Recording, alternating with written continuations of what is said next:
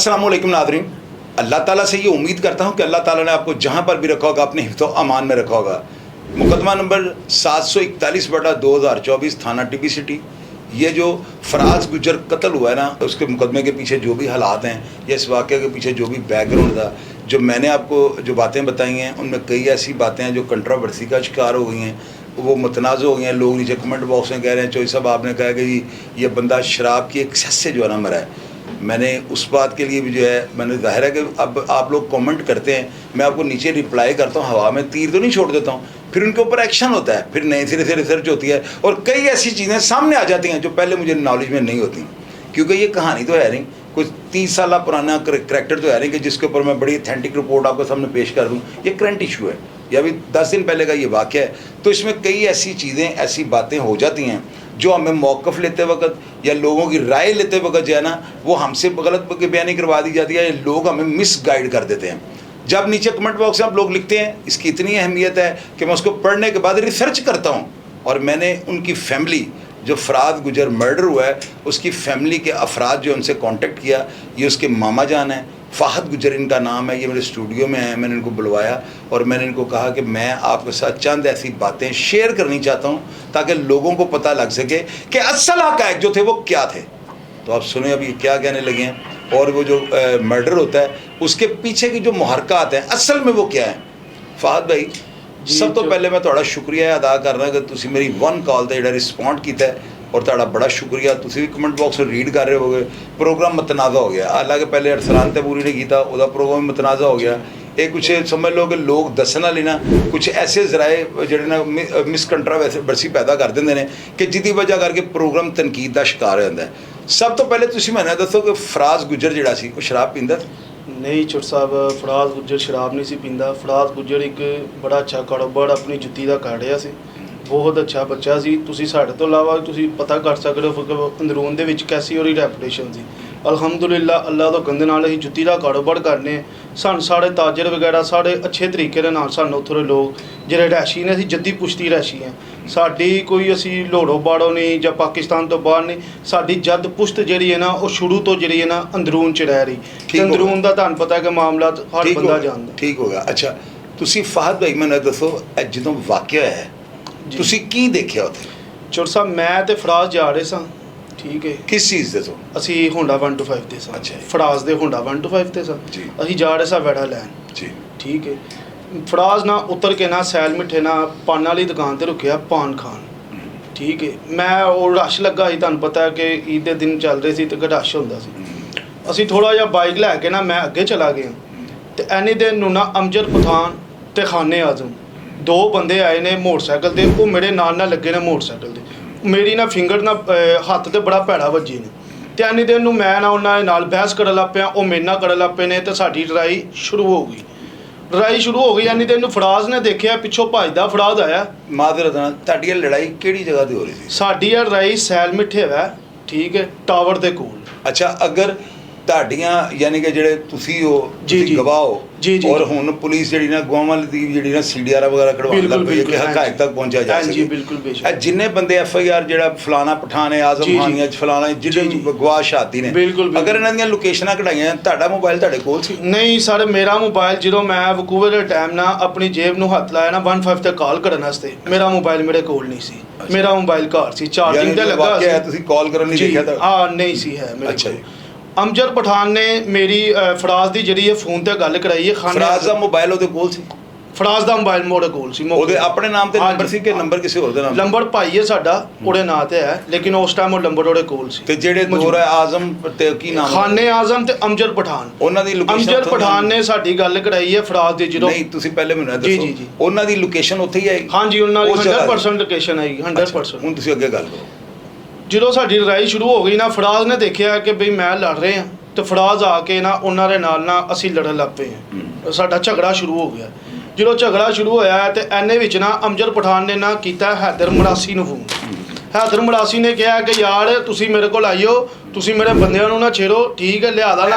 हैदर मरासी तुसी क्यों कह रहे हो? सर ओहदा करैक्टर है, ओहदा नाम है, उत्थे ऐसे नाम तो मशहूर है हैदर मरासी दा नाम। FIR च लिखिਆ? हाँ जी, FIR दे विच भी लिखिਆ है फिर हैदर मरासी, और मशहूर है इस नाम तो है ना हैदर मरासी। अच्छा, ਤੇ ਬੇਸਿਕਲੀ ਗੱਲ ਹੈ ਵੀ ਹੈ ਕਿ ਅਸੀਂ ਜਦੋਂ ਹੈਦਰ ਦੇ ਨਾਲ ਉਹਦੀ ਗੱਲ ਹੋਈ ਹੈ ਫਰਾਜ਼ ਦੀ, ਵੱਲਾ ਆਲਮ ਕੀ ਗੱਲ ਹੋਈ ਹੈ, ਉਹਨੇ ਕਿਹਾ ਮੈਨੂੰ ਇਹ ਕਿਹਾ ਕਿ ਉਹਨੇ ਕਿਹਾ ਆ ਜਾਓ ਮੇਰੇ ਨਾਲ ਸੁਲ੍ਹਾ ਕਰ ਲਓ ਆ ਕੇ।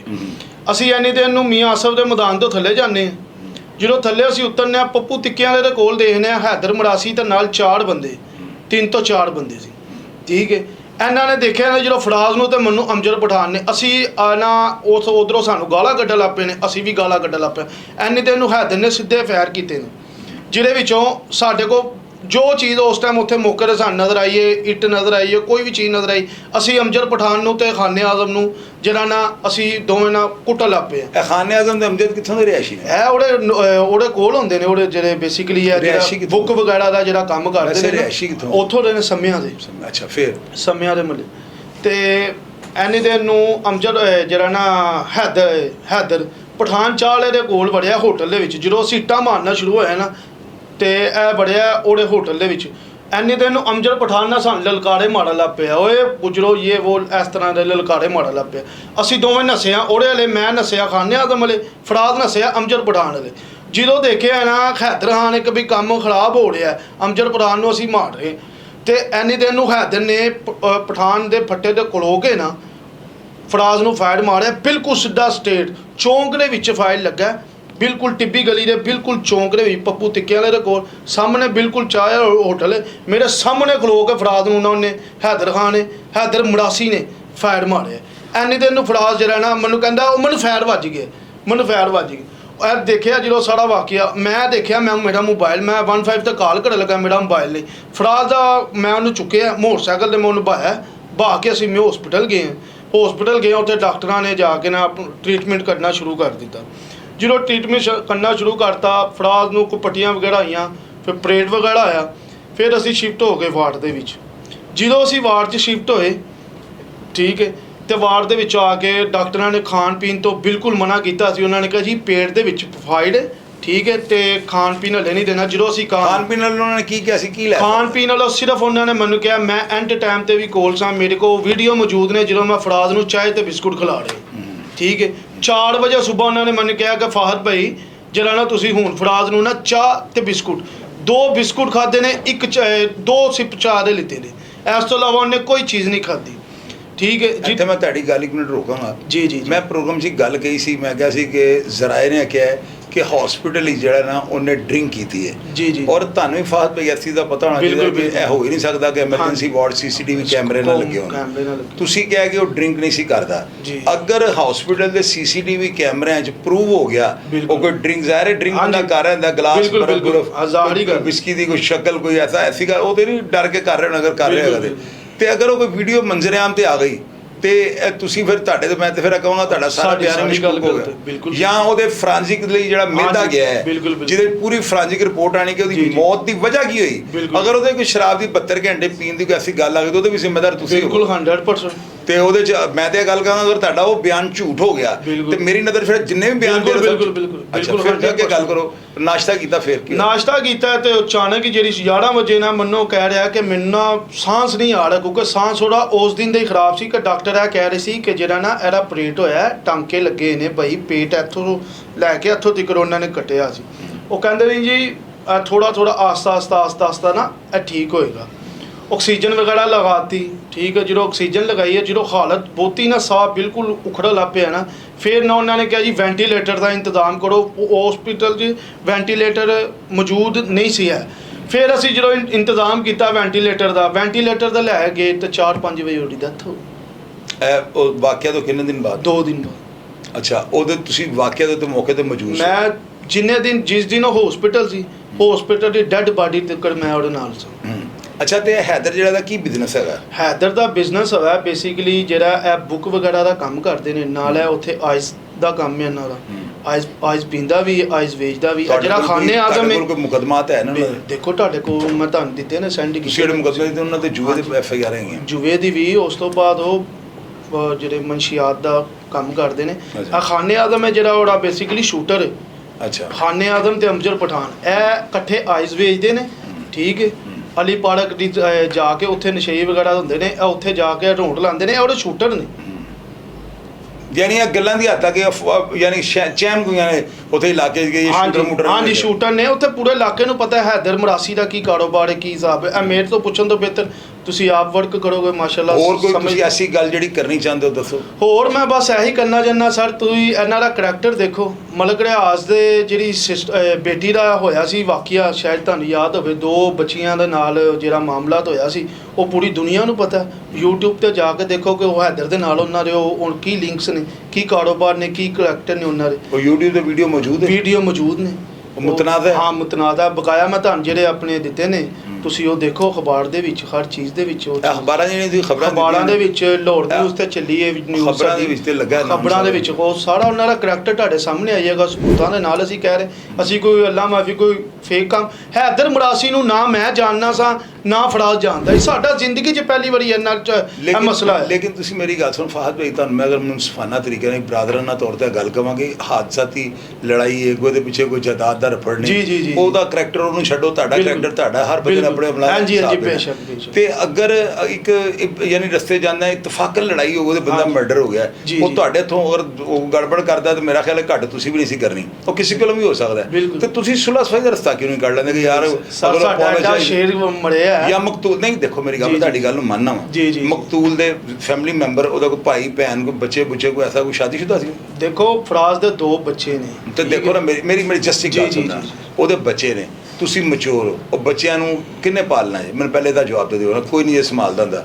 ਤੁਸੀਂ ਲੱਖ ਉਹਨਾਂ ਦੇ ਤੁਹਾਡੀ ਹਮਸ਼ੀਰਾ ਨੇ, ਤੁਹਾਡੇ ਫੈਮਿਲੀ ਮੈਂਬਰ ਨੇ, ਜੋ ਵੀ ਨੇ, ਲੇਕਿਨ ਫਾਦ ਭਾਈ ਦਿਲ ਤੇ ਹੱਥ ਰੱਖ ਕੇ ਪੁੱਛੋਗੇ ਤੁਹਾਨੂੰ ਮੇਰਾ ਜਵਾਬ ਗੱਲ ਦਾ ਆਪ ਹੀ ਮਿਲ ਜਾਏਗਾ। ਕੋਈ ਕਿਸੇ ਦੇ ਬੱਚਾ ਨਹੀਂ ਜੇ ਪਾਲਦਾ ਹੁੰਦਾ। ਅਸੀਂ ਪਾਲਣਾ ਵੀ ਚਾਹਾਂਗੇ, ਸਾਡੇ ਜਿਹੜੀਆਂ ਬਾਹਰੋਂ ਲਿਆਂਦੀਆਂ ਨਾ ਉਹ ਨਹੀਂ ਪਾਲਣ ਦਿੰਦੀਆਂ। ਤੇ ਮੈਂ ਤੁਹਾਨੂੰ ਵੈਸੇ ਮਸ਼ਵਰਾ ਦਿਆਂਗਾ ਕਿਉਂਕਿ ਮੈਂ ਸੂਈ ਧਾਗਾ ਫੜਿਆ ਹੁੰਦਾ ਹੈ, ਮੇਰੀ ਕੋਸ਼ਿਸ਼ ਹੁੰਦੀ ਹੈ। ਤੁਹਾਨੂੰ ਮੈਂ ਪ੍ਰੋਗਰਾਮ ਤੋਂ ਪਹਿਲੇ ਵੀ ਇਹ ਗੱਲ ਕਹੀ ਕਿ ਯਾਰ ਇੱਕ ਹਾਦਸਾ ਹੋ ਗਿਆ ਨਾ, ਉਹਦੇ 'ਚ ਉਹ ਵੀ ਮਰ ਸਕਦਾ ਸੀ, ਉਹ ਭਾਵੇਂ ਜੋ ਵੀ ਹੈ ਬੁਰਾ ਹੈ ਚੰਗਾ, ਉਹਨੂੰ ਉਹਦਾ ਕਰੈਕਟਰ ਤੇ ਛੱਡ ਦਿਓ।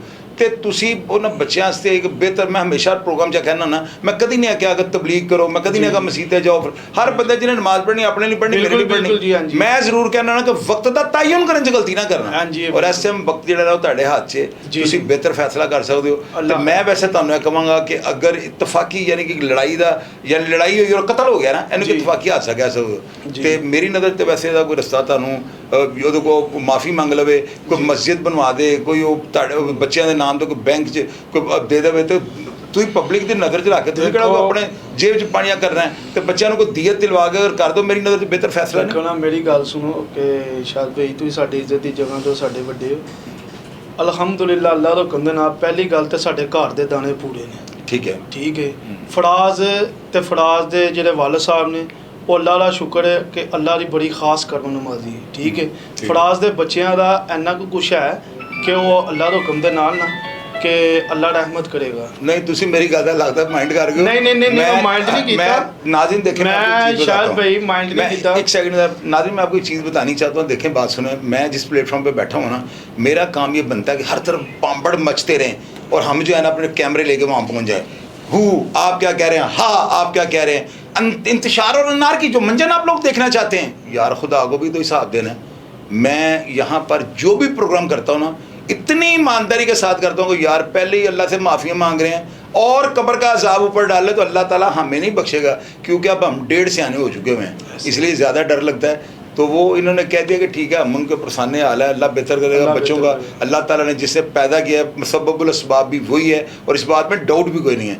और नाज़रीन आपको चीज़ मैं बता दूँ, मैंने कल जो प्रोग्राम किया था वक्कास गुजर का, मैंने आपको एक जो है ना अंदिया दिया था और मैंने आपको ये कहा था कि ये एक चिंगारी लगने लगी है। ये प्रोग्राम नहीं हुआ था वो जो कल मैंने किया था, और आज भी मैं अपने नाकस तजर्बे की राय में ये कहने लगा हूँ कि ये भी एक चिंगारी लगने लगी है, क्योंकि दोनों फ्रीक जो है ना ये अपने मौक़िफ़ पर डट गए हैं। मैंने जो पहला प्रोग्राम किया वो भी ज़राए से ख़बरें ली हैं, उनमें जो चीज़ें जो शकूक व शुबाहियत मुतनाज़ा थी वो सारी मैंने इनसे पूछ ली हैं, और आपके सामने मैंने इनको डायरेक्ट कहा है कि अगर CCTV कैमरे में शराब पीते अगर वो आ गया फराज, तो इनकी सारी बातें झूठ होगी। बिल्कुल। अगर फ्रांसिक मैदे में से 72 घंटे के अंदर कोई अल्कोहल या कोई ऐसी चीज़ निकल आई, फिर भी इनका सारा बयान, और वो कह रहे हैं कि सारा बयान झूठा हुआ, इसका मतलब ये बिल्कुल सच्ची बात कर रहे हैं। तो अगर ये सारी बात सच्ची है तो यही चीज़ें जो है ना ट्रायल में जाकर जो है ना 3, 4, 5 साल के बाद अदालत में जिरा के दौरान बोली जानी है। इंशाअल्लाह। तो यार अगर सारी चीज़ें मैंने खोल दी हैं तो इस केस का फैसला 10 दिन में होना चाहिए। इंशाअल्लाह। जो भी मुजरम है जिसने ज़्यादती की अगर वो साबित हो जाता है तो तख्ता दार के ऊपर उसको लटकाना चाहिए ताकि अदारे मजबूत हों और जो गरीब है उसकी दादरसी हो सके, जो मजलूम है उसको उसका हक, उसके साथ जुल्म करने वाले को जो है कैफरे किरदार पर पहुंचना चाहिए। प्रोग्राम के बारे में अगर आपकी कोई भी राय या कोई ऐसी बात जो फाहद भाई ना कर सके हों या जो मैं भी ना कर सका हूँ या आपके नॉलेज में हो कि बात वो दुरुस्त है और हमने नहीं की, आपने ज़रूर लिखना है ताकि अदारे भी उससे पढ़ें। जो तफ्तीश करने वाला आई हो डेफिनेटली वो जो है ना कमेंट बॉक्स में पढ़ेगा और उनकी बड़ी रहनुमाई होगी। और हमारा अवलीन फरीदा भी है कि हम अदारों की जो है ना हमेशा से उनकी हेल्प करें और मैं करता हूँ। प्रोग्राम के बारे में राय से ज़रूर आगा कीजिए और अपना ढेर सारा ख्याल रखा करें। पाकिस्तान जिंदाबाद।